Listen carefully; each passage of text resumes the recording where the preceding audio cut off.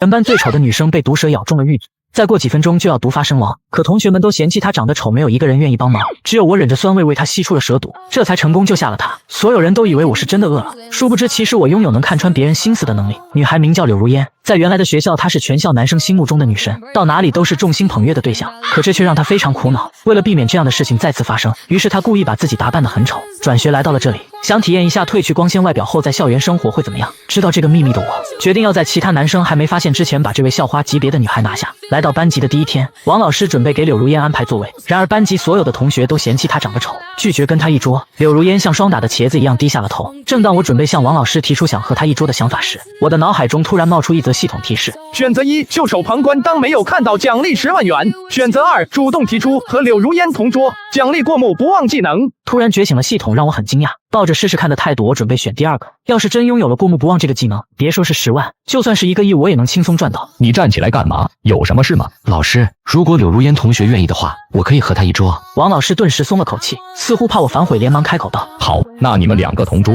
柳如烟低着头向我走来，谢谢你，我叫柳如烟。我叫范旭坤，以后我们就是同桌了。就这样我完成了第一次系统任务，随即我忽然感觉到双眼一片清凉，在看事物时感觉好像变得不同。我翻看着数学书，发现只要是看过的内容就会立即刻进我的脑子里，我心里很兴奋，没想到这个系统竟然是真的，接下来我的成绩肯定要飞速上涨了。第二天我刚来到班级，就看到自己的座位上放着一杯奶茶，柳如烟红着脸坐在那里发呆，她今天装扮的似乎比昨天更丑。你终于来了，我等你很久了，这是我给你买的奶茶，算是对昨天那件事的感谢。不等我接过，这时又有一个女生朝我这边走过来，她的手里也提着一杯奶茶，说是送给我的。班上的同学纷纷羡慕的不行，因为这位是班长薛红云，她不但学习成绩好，人长得也有几分姿色，唯一的缺点就是性格有些强势，她认定了想要的东西就一定要得到。我在班级属于班草级别，从高一的时候薛红云就经常找我说话，还给我买早餐送饮料，但她根本不是我的菜。在被我拒绝之后，她非但没有放弃，反而在学校论坛里面发帖宣誓，一定要把我追到手，当时造成了不小的轰动，因此我也对她产生了反感。正当我要像往常一样拒绝她的好意时，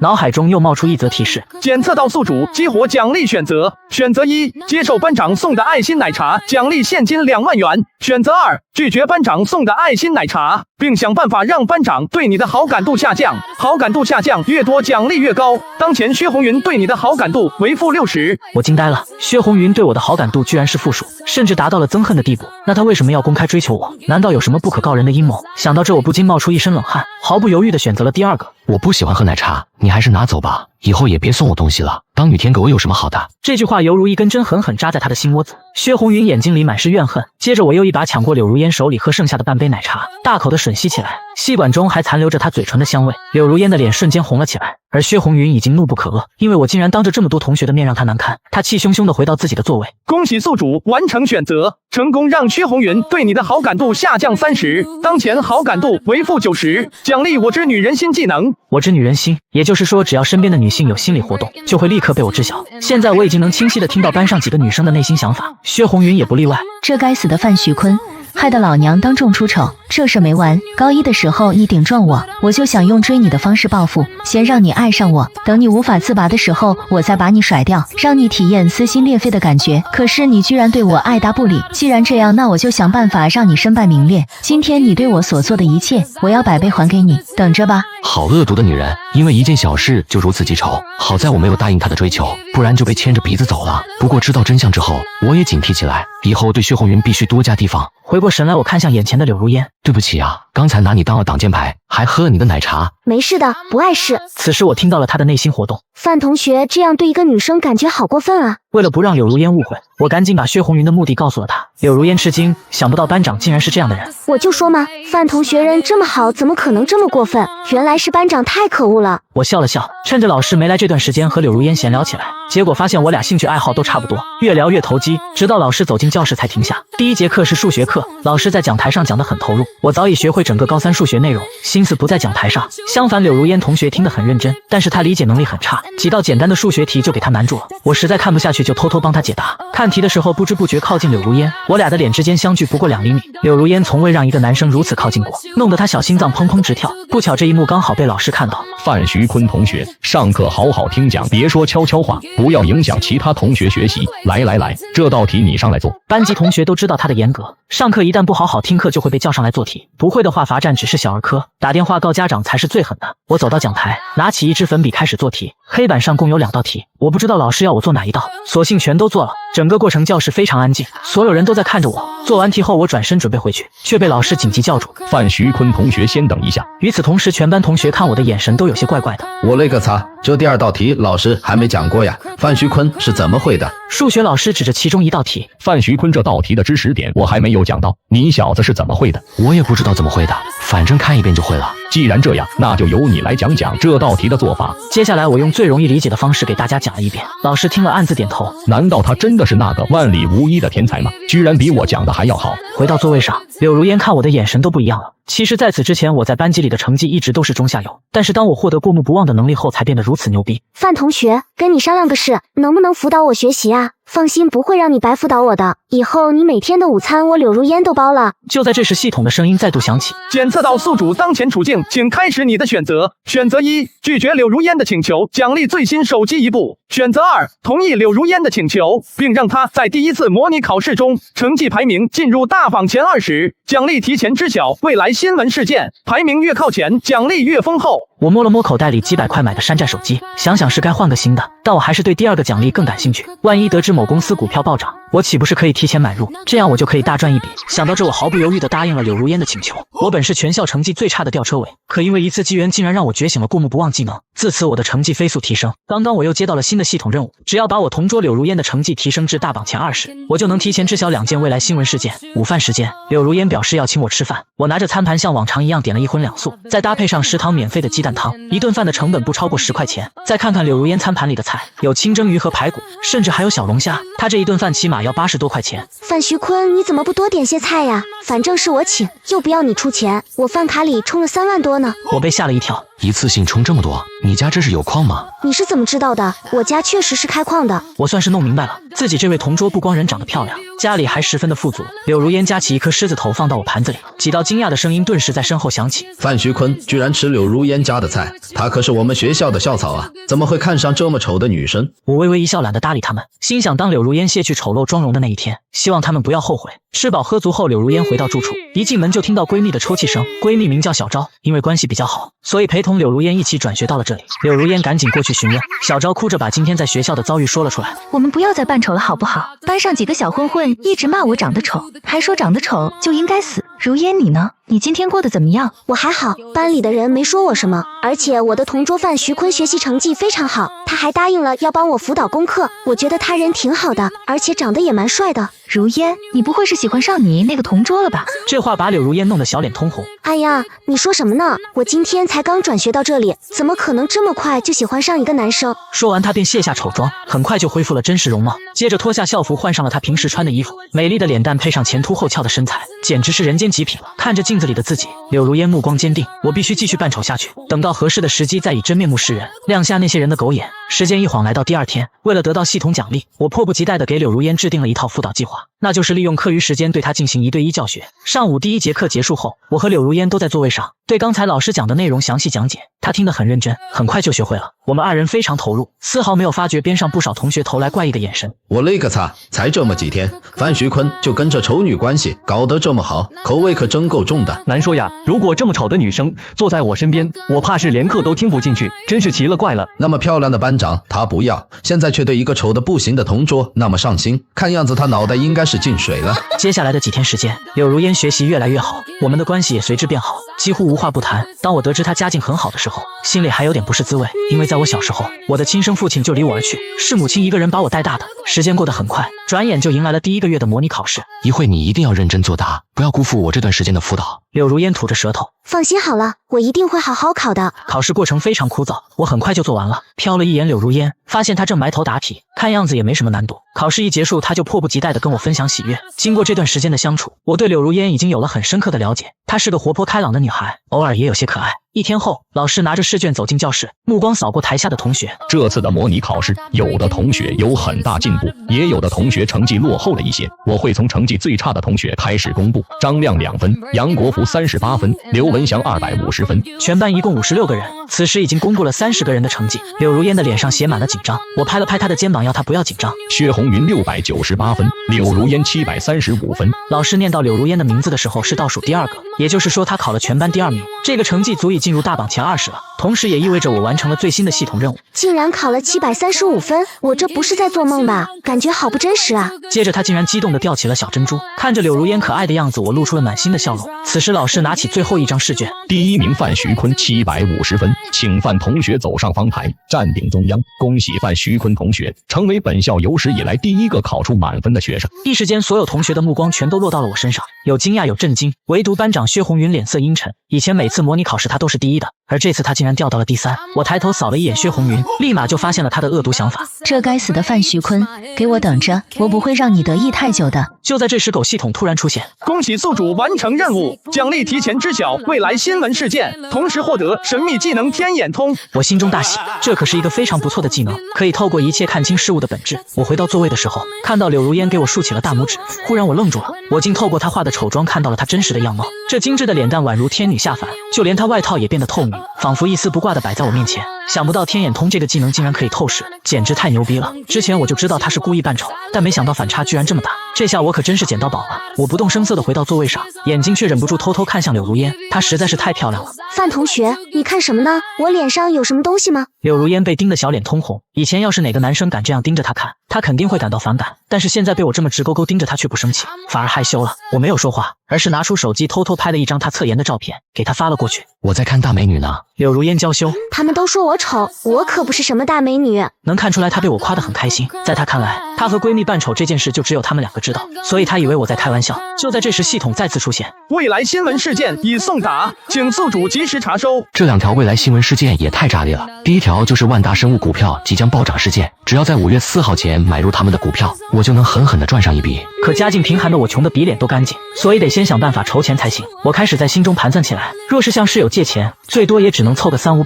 正当我为此犯愁之时，忽然想到了我的同桌柳如烟，这丫头充个饭卡都直接充3万，想必肯定有不少私房钱。如果能借自己一点，到时候赚的钱5-5分，双方共赢岂不美哉？如烟，我想跟你说个事。什么事这么神神秘秘的？你直接说就好了。最近我通过某个渠道知道一些内幕，有家公司的股票会在近期暴涨，但是由于我手头没什么钱，所以想跟你借点。范同学，没想到你竟然还会玩股票，真是看不出来啊，感觉很厉害的样子。所以你能借我一些吗？我可以写借条或者录视频为证。不用那么麻烦了，这张卡你拿去吧，密码是6个8，用多少你就取多少，取完把卡还我就行了。柳如烟嫌转账太麻烦，直接把卡交给了我，里面是她积攒多年的全部家当。谢谢你如烟，我真的爱死你了。说完后我哈哈一笑，忍不住伸手捏了捏她的脸蛋，弄得柳如烟一阵娇羞。范同学你好讨厌，什么爱不爱的，好肉麻呀。柳如烟抬起手拿开了我的爪子，双手抱胸嘟嘟着脸，气呼呼的模样很是可爱。上午课结束后，我来到了银行，将银行卡插入取款机，输入密码6个8。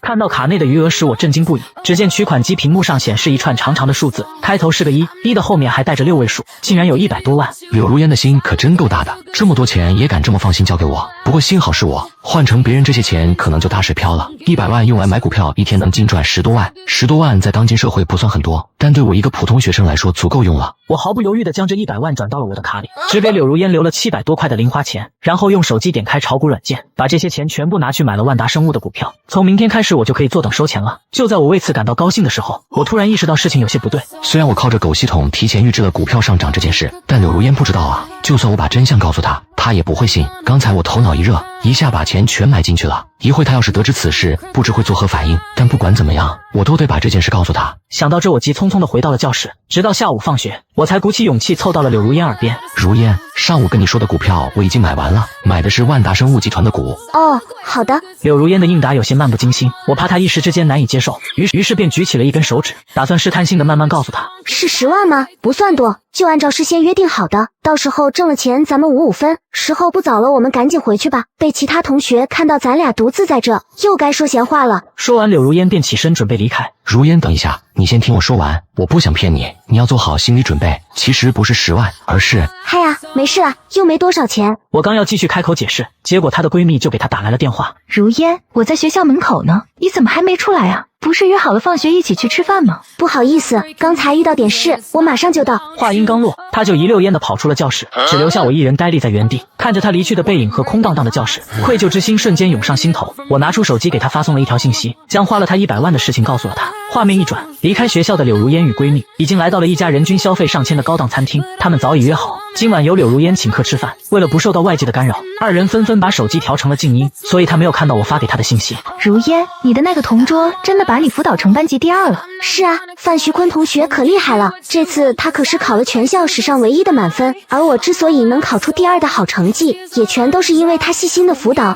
提起我的名字时，柳如烟的脸不自觉地害羞起来，看得小昭惊掉了下巴。哎呦喂，我们的柳如烟是不是春心萌动了？快说，你是不是喜欢上那个他了？小昭八卦之心顿时大起，严重怀疑闺蜜对我已经动了情。哪有，别瞎说，真的没有吗？真没有了，烦死了，不和你说了。柳如烟嘟着小脸假装生气，小心脏扑通扑通跳个不停，她也不知道是不是对我动了真情。如烟，那个范徐坤为什么对你这么好啊？你打扮得这么丑，他还主动帮你辅导功课，到底是为了什么呢？小昭突然的发问把柳如烟给问住了。是啊，范徐坤平时对其他同学非常冷淡，就连漂亮的班长他都不会多看一眼，可偏偏对我这么好，这样的男生到底图什么呢？他是不是知道你很有钱？我之前请他吃饭，说过我的饭卡里面充了3万多，还跟他说过我家境很好。那就对了，他肯定是图你的钱，不然你打扮得这么丑，哪个男生会这么主动的接近你啊？如烟啊，作为闺蜜我必须提醒你，如果那家伙哪天要是突然要跟你借钱，你千万不要借给他，知道了吗？小昭语重心长地说出这些话，而柳如烟虽然不相信我会是这种人，但听到闺蜜这样说，心里不免有些嘀咕，因为我确实已经向她借了钱。思索片刻，她决定先不要把借钱的事情告诉小昭，不然以她的性格，肯定会到学校亲自找我当面要钱，并且我在柳如烟心里也并不是那样的人。很快精美的食物就端了上来，两人也停止了这个话题，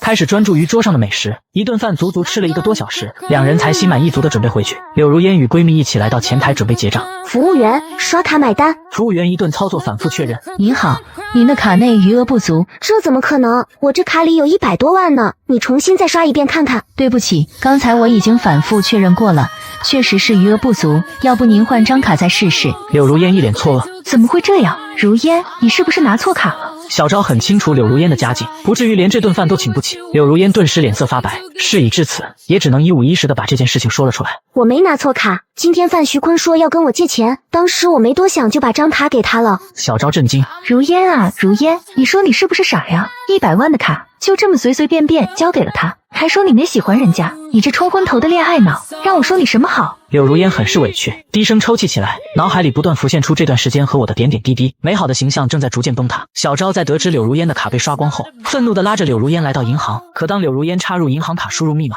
发现卡内余额只剩下700，气氛瞬间在这一刻宁静了。哇靠，整整100万就只剩下700块，我现在就去找学校领导，让他们来处理这件事。高3生也有18岁了，达到法定可以判刑的年纪了，骗你这么多钱，足够他在牢里待一辈子了。柳如烟听后心中很是害怕，感觉让他把钱还回来就行了，没必要这样做吧。都什么时候了，你还这么护着这个男人？你怎么想的？那个范徐坤到底给你喝了什么迷魂汤？柳如烟被对得哑口无言，但心地善良的她实在是不忍这么做。你等一下，我有范徐坤同学的联系方式，我现在就问他为什么要这么做。说完，柳如烟便拿出手机，然后就看到了我发给她的未读信息。如烟，我觉得还是要跟你说清楚比较好，省得你误会了。其实不是10万，而是100万，这些钱都被我拿来买股票了。不过你放心，明天万达生物的股票就会大涨，到时候会赚很多钱。你不要问我怎么知道的，等着收钱就好。谢谢你这么信任我。柳如烟盯着手机久久无言。他给你发信息了，给我看看。小昭接过柳如烟的手机，知道了事情的真相。这和我想象中有些出入啊，原来是一场乌龙。不过100万随随便便就借人，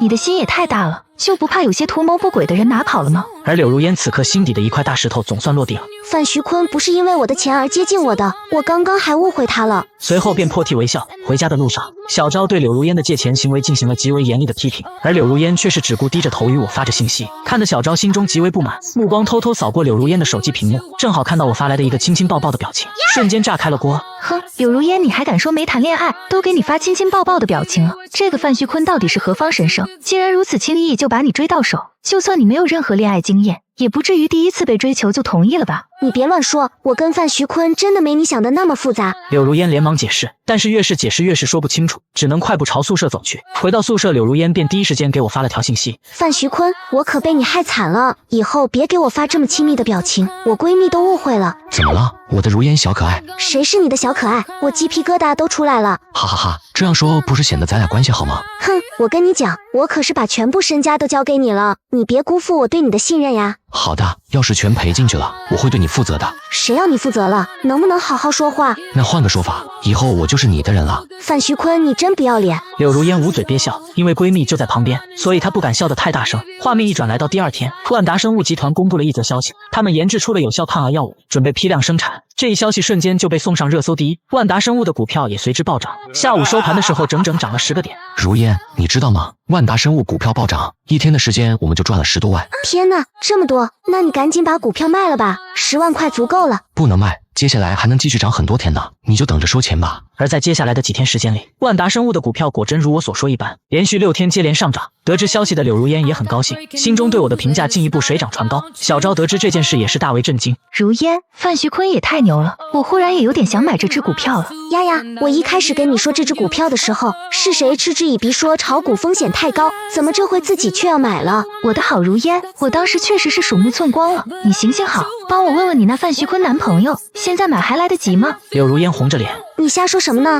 他才不是我男朋友呢！难道不是吗？就算现在不是，以后不早晚的事吗？好了，你就帮忙问问行不行，或者把他的联系方式给我，我自己问也行。什么？你想要他的联系方式？那可不行。为什么不行？还不承认他是你男朋友，真是口是心非。最终柳如烟说不过小昭，只能取出手机向我咨询了一下。范同学，这只股票我闺蜜也想买，现在买还来得及吗？还可以买，不过接下来不会像前几天那样涨那么多了，但还是能小赚一笔的。到时候我卖掉的时候，你那个闺蜜也必须一起卖掉，否则亏了不关我事。得到想要的答案，小昭立刻动用自己的零花钱，统统买入万达生物的股票，足足有30多万。而另一边，我则来到了距离市中心10多里的城外，因为前几天系统提供的第2条新闻事件将会在这里发生。知名女星蔡冰冰独自外出时，会遭到私生饭跟踪并且绑架，尸体将会在附近一个废弃工厂发现。于是我提前来到了事发现场，打算阻止这场悲剧。我观察了一下周围环境和地形，接着取出准备好的工具，一瓶超级辣椒水外加一个不锈钢甩棍，然后找到一处角落藏了起来。时间很快来到了晚上8点，废弃工厂寂静无比，显得有些阴森。我竖起耳朵，时刻警惕着附近的动静。当时间来到晚上10点半，一个鬼鬼祟祟的身影出现在视线之中，仔细一看是一个长相猥琐、身材壮硕的男人。男人很警惕，时不时环顾周围，怀中还抱着一个女人，前凸后翘，穿着暴露，身体一动不动，看样子应该是被迷晕了过去。虽然看不清面孔，但我知道她就是那个知名女星蔡冰冰。猥琐男小心翼翼地走了进来，脸上带着涩涩的兴奋，藏在暗处的我不敢轻举妄动。以对方的体型，自己根本就不是他对手，所以必须要找到合适的时机再出手，否则就会前功尽弃，自己也会陷入危险之中。此时猥琐男把蔡冰冰放在了布满灰尘的地上。冰冰，我马上就要拥有你了。接着他蹲下来开始拆解蔡冰冰身上的衣服，但是因为动作太过粗暴，把昏迷中的蔡冰冰弄醒了。你是谁？你要干什么？快放开我！来人，快救命啊！蔡冰冰尖叫着，猥琐男顿时就慌了，赶紧堵住她的嘴。蔡冰冰拼命挣扎，但无奈力气太小，始终无法挣脱。冰冰，我喜欢你很多年了，为了你我抛弃了所有，今天我必须要得到你。猥琐男爆出了自己的身份，是典型的那种饭圈私生饭，已经到了着魔的地步。蔡冰冰哭得梨花带雨，无比绝望的她感觉自己即将失去贞洁。不要这样，求你了！趁着蔡冰冰呼叫的间隙，我小心翼翼地走到了猥琐男的身后，左手拿着辣椒水，右手握着甩棍。蔡冰冰注意到了我的存在，她叫得比刚才更大声，牵制住了猥琐男的注意力。当距离只剩下1米时，我果断冲上去，用足了力气狠狠地打在了猥琐男人头上，然后赶紧往他脸上喷辣椒水。猥琐男眼泪直流，抱头不断哀嚎惨叫。我没有因此停手，一刻也不能留情，对着他又是一顿暴打，直到把他的腿打断，让他彻底无法逃跑。随后我看向惊魂未定的蔡冰冰，安抚她的情绪。蔡冰冰脸色苍白，还没从刚才的事情中缓过神来，她身上的衣物有些凌乱，时不时春光乍现，看得我是脸红心跳。但想到柳如烟，我便压制住了自己的那股冲动。我拿出手机报了警，将案发位置详细报告给帽子叔叔。很快他们就来到了现场，将猥琐男抓走。因为要做笔录，所以我跟蔡冰冰也一同上了警车。蔡冰冰给她的经纪人打了电话，说出了刚才发生的事情。经纪人听后吓了一大跳，正在赶来的路上。小学弟，刚才真的谢谢你了，如果没有你，后果真的不堪设想。没事的，只要你安全就好了。听到了你的呼救，我总不能见死不救吧？不过刚才真的挺危险的，能把你安全救下真的太好了。说话的时候自然而然地靠近蔡冰冰，我与她的距离只有 0.01毫米，第一次如此近距离地接触女明星，心中不免有些紧张。我明知故问地开口道：小姐姐，你是蔡冰冰吗？蔡冰冰点了点头，我故作惊喜：可以给我签个名吗？当然可以，不过我现在没有笔，待会再给你签。画面一转，我俩已经来到警局，简单做了一下笔录。接下来等待猥琐男的将会是牢狱之灾，而蔡冰冰的经纪人姗姗来迟，是一个年轻女人，一上来就各种询问，确认蔡冰冰没有受伤，他松了口气，转头对我表示了感谢。谢谢你救了冰冰。没事的，不用谢。经纪人从包里取出一张支票递了过来，这是一张10万块的支票，算是对你的感谢。看着他手中的支票，我笑了笑，并没有接收。怎么看你的样子是嫌少吗？经纪人皱着眉头又拿出了一张支票，那20万够不够？这次换我皱起了眉，这是把我当成为了索取回报的人了。蔡冰冰也走了过来，你就收下吧，这是对你救命之恩的报答。就在这时，狗系统突然出现，检测到宿主当前处境，请开始你的选择。选择1，接受20万支票的报答，奖励建议用为称号。选择2，拒绝20万的支票，奖励价值500万别墅一栋。哇靠，价值500万的别墅，这他喵的还用选吗？抱歉，我救人是出于本能，并不是为了所谓的报酬。这钱你们拿回去吧。蔡冰冰的经纪人瞬间震惊，难道是自己狗眼看人低了吗？冰冰姐，如果没什么事，我就先走了。我转身离去，结果却被蔡冰冰叫住。等一下，对不起，是我经纪人做的不对。既然你不要钱，那这3张我演唱会的门票你一定要拿着。说着，他就把3张门票塞到了我的手里。谢谢，我一定会去看的。好，到时候我请你吃饭。和蔡冰冰分开后，我独自一人回到了学校，可因为时间太晚，学校已经锁上了大门。我突然想到刚刚在狗系统那里获得了一套别墅，这下正好可以过去看看。我向狗系统询问了别墅的具体位置，结果刚来到门口就被值班保安拦住。你小子谁啊？以前怎么没见过你？我赶紧拿出系统发放的别墅钥匙，保安态度立马转变，一路护送我来到别墅门口。这里的地段很不错，可以看到城市江边风景，附近没有车水马龙，噪音很小。走进别墅的那一刻，仿佛打开了新世界，这是只有在电视中才能看见的豪华别墅，现在竟真实的出现在我面前，好像做梦一般。豪华的真皮沙发，水晶蓝宝石打造的吊灯，各种家具一应俱全。走进卧室，迎面而来的大床，我直接躺了上去。这一晚我睡得格外香甜，直接导致第二天睡过了头。我打开手机，上面全是柳如烟的未读信息。范徐坤，你昨晚干什么去了？怎么还没来上课呀？